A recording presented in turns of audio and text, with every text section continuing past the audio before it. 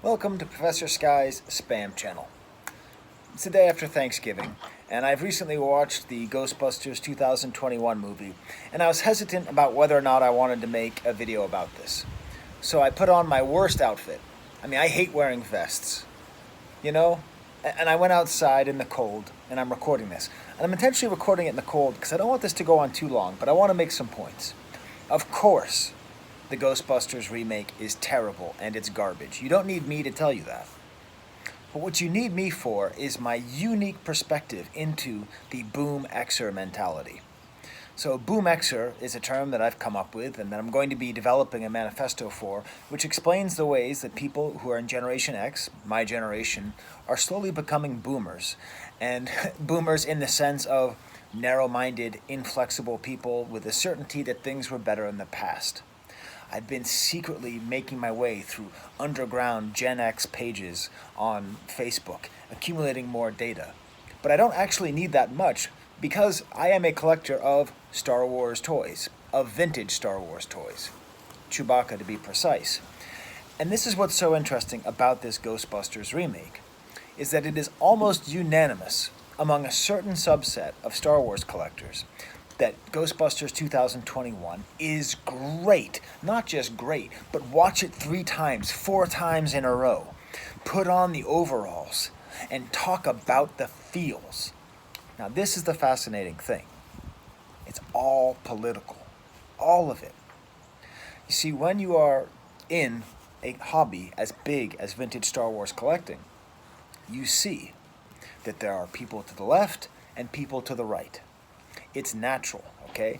If you study and love Star Wars for the themes and for what the movies are actually talking about, you end up being on the left. If you love Star Wars because it came out at a time when you were younger and things were easier and you perceived of the world as being better, you tend to be on the right. So because of that, there's this fascinating political divide amongst vintage Star Wars collectors where people are very, very left or very, very right, depending on whether or not they are into collecting the old toys for nostalgia or for other reasons.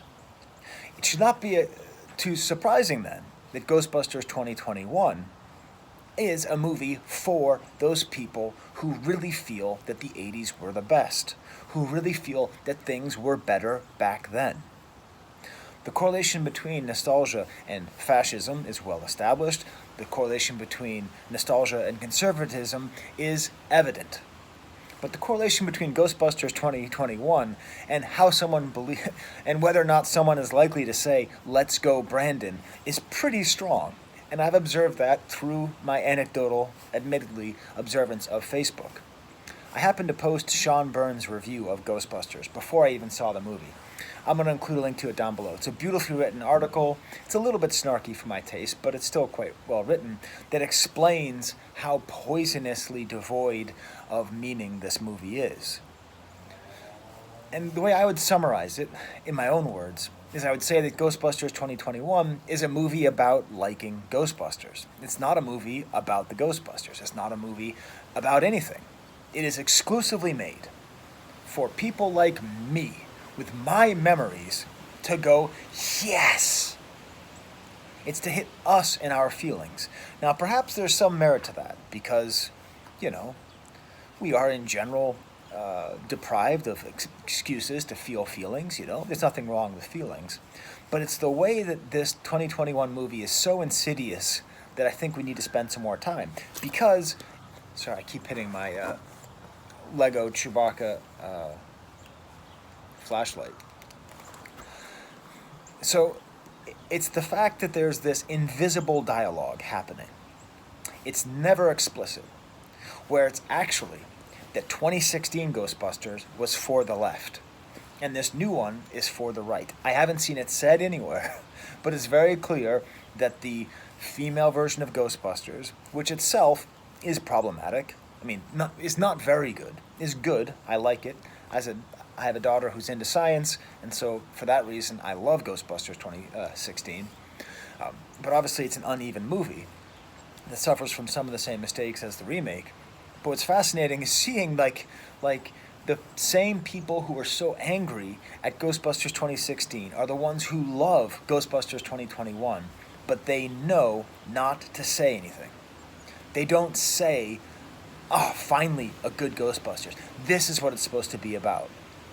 It's this weird parallel that's happening in the political world where people are trying not to say things that they're thinking, knowing that what they're saying is understood. It's understood when you say, I love Ghostbusters 2021. You're saying, I hate 2016. You're saying, I hate that feminist garbage. You're saying, I hate all of this forced diversity. And let's talk about diversity in Ghostbusters Afterlife.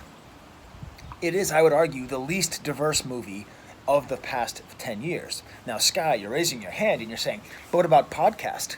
That character is seems to be an Asian American. And what about the love interest, whose name they literally say once throughout the entire movie? She was African American. This actually ties in to a theory I've been developing in my head of the class video, which no one watched, which is fine. I mean, 100 people watched, thank you. Which we are entering this age where there's diversity of skin color, but no diversity of culture whatsoever. So you just have people who talk and behave like everybody else. Everybody talks and has the same quirky, quippy register, and everybody is the same. And it doesn't matter what they look like, they just are the same. And to that point, I need to talk about the nostalgia that's in this movie. Obviously, it's a throwback to the 80s, except the movie takes place in 2021. The only way you know that it takes place in 2021 is the cell phones. Do you know what's completely missing from this magical town in Oklahoma where everybody is diverse, where there's no questions of racism or racial inequality? What's missing is any signs of any African American culture at all.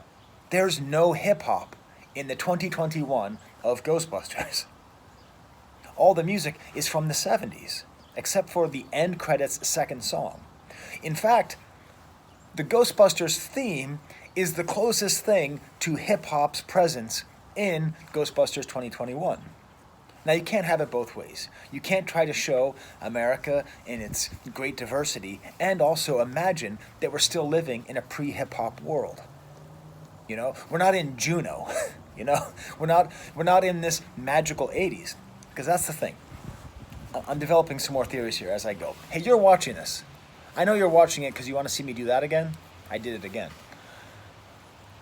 The same way the 70s nostalgia for the 50s was primarily based on the desire to go back to the time before the 60s complicated things.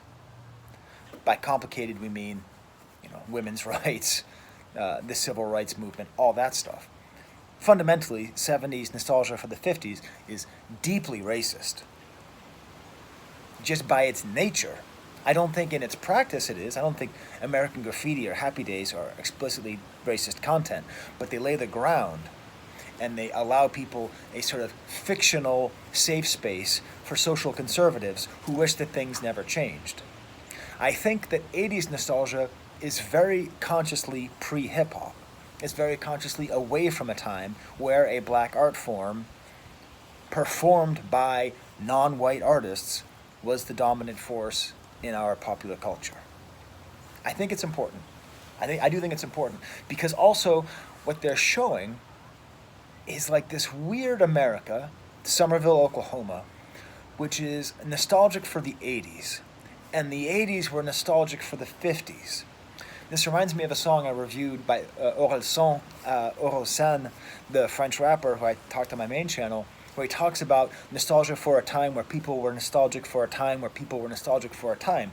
We have a mise en abîme. That's the French term for like when there's a photograph with a picture, with a photograph with a picture, and it keeps going and going. We're in a mise en abîme of nostalgia that all goes back to the 50s. It all goes back to a time before the civil rights movement, before women's rights, and then it just all gets papered over with this diverse cast of people who bear no signs of any meaningful cultural diversity whatsoever. So hopefully that sheds some light. Other people have written better about the weird pornographic obsession with the items of the Ghostbusters. Other people have said better than I will say that Ghostbusters is supposed to be cool. It's supposed to be cool.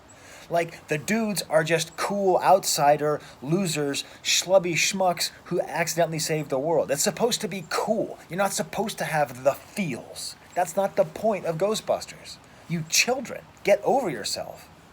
It's not supposed to be that way.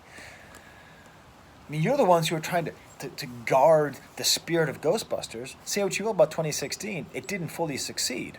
But it was at least trying to be cool comedians acting weird and acting cool. Not this love fest, not a love letter to the fans' emotion. It is not a love letter to the movies themselves. Other people have said better what a terrible catastrophe it was when the original actors came back, destroying the point of the movies themselves, and really, it's just terrible. Like, it made the original movies worse, because I like these characters less.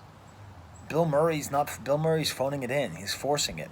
Dan Aykroyd is as bad as Dan Aykroyd has been since 1990, since Nothing But Trouble. God damn, I hate that movie, you know? And let's not even talk about resuscitating the ghost of Harold Ramis and then having the audacity to claim that the whole movie was for him. The movie was not for him. The movie was for the people who would see a computerized version of a dead man against his wishes or without his wishes and then cry. That's who it's for. All the feels. I'd like to officially say that any movie that you apply the word all the feels to is bad. The feels themselves refer to knowing that you're being pandered to and giving in, which is not the same as authentic emotion.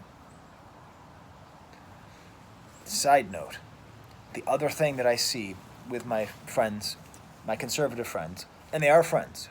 I do have friends who are on the conservative side. I'm not saying that these are devils or anything, okay? These are people who I've had over to my house, who I see, I hug, and I shake hands with. We have severe political differences, which sometimes interfere with our friendships. Can't be avoided. There's a limit. But the limit is certainly not liking Ghostbusters 2021. There is a link with the Cobra Kai TV show. And when I eventually develop my Boom Xer manifesto, Cobra Kai is going to be one of the central elements. It's a very similar show as this movie is, where it's dedicated to what people felt when they were younger. And in that way, we're just on another plane. We're just on another plane of nostalgia. We've somehow discovered a new, lower form of nostalgia than we had before. Like, lower than nostalgia. How do you get lower than that? Okay, well, I think I'm done. I'm officially cold. It's beautiful out here, isn't it, though? Look at this. It's like raining. I mean, it's snowing back there. All right, cool. Well then, I hope you enjoyed this video. Tell me what did you think. I will say one more thing about Ghostbusters 2021. I had fun. I liked watching it. It wasn't funny, and I was annoyed half the time, but it was watchable. It was fun. I brought marshmallows, and when the little marshmallows came to life, I gave them to my wife and my daughter. It's like a little fun little treat, you know. So at the very least, it's watchable, which a lot of movies aren't. Okay, until next time, there's the camera.